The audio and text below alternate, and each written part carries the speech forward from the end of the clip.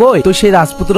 ওই ছেলেটা, ওর নাম শেলি। আচ্ছা তুই এখানে দাঁড়া, আমি একটু কথা বলে আসি। তুমি কি ওর ইন্টারভিউ নিতে যাচ্ছ নাকি? ধরে নে তাই, আমার এত মেয়ের জামাই হবে, ওকে তো একটু বাজিয়ে দিতে হবে। দেখো, প্রশ্নটা যেন আবার কঠিন না হয়।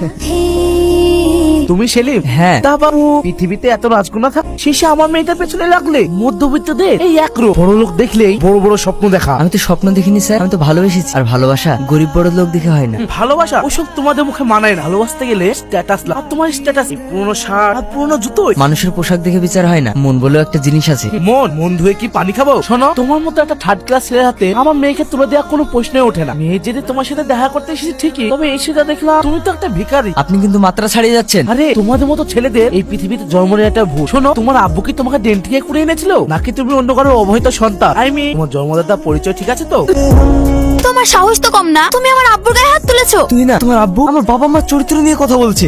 এই অশুভ ছেলেটার জন্য তুই আমার সাথে জেদ করেছিলি। ওর আসল রূপ দেখছিস? আমি শুধু ওর পরিবারের খোঁজ নিতে চেয়েছিলাম, আর ও আমাকে রাস্তাঘাটে মস্তানদের মতো মারলো। ছি শেলি, তুমি যে এরকম বাজে ছেলে আমি আগে জানতাম না। তোমার মতো অমনীষের সাথে সম্পর্ক রাখা মানে নিজের সম্মান ধুলে মেশানো।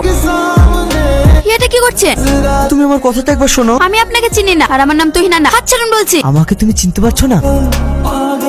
এইভাবে আর কতদিন নিজেকে শেষ করবি বলতো? ও আমাকে বুঝলো না রে আলী, আমাকে রাস্তার লোক দিয়ে মার খাওয়ালো। আমার প্রতি ওর একটু বিশ্বাস ছিল না। বিশ্বাসের কথা বলছি? তুই তো নিজেই একটা স্বার্থপর। আমি স্বার্থপর? তুই একটা মেয়ের জন্য কাঁদছিস, যে মেয়েটা তোকে ছুঁড়ে ফেলে দিয়েছে, তার জন্য এত কষ্ট পাচ্ছিস। আর ওদিকে তোর মা তোর চিন্তায় দিনের পর দিন শেষ হয়ে যাচ্ছে। সেদিকে খেয়াল করেছি, পৃথিবীতে মা বাপের থেকে আপন কেউ হয় না। তোর মায়ের বয়স হয়েছে, তোর চিন্তায় যদি কিছু হয়ে যায়। এত সোনা তুই কোথায় পেলি? আরে সোনা দিয়ে কি করবি? এই সোনাগুলো আমার মায়ের, মা আমাকে দিয়েছে। আজ থেকে নতুন যাত্রা শুরু করবো, ধনী হওয়া যাত্রা।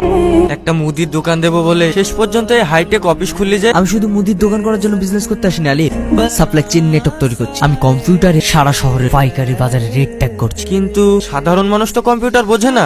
মানুষ শুধু বুঝবে আর পরিষেবা।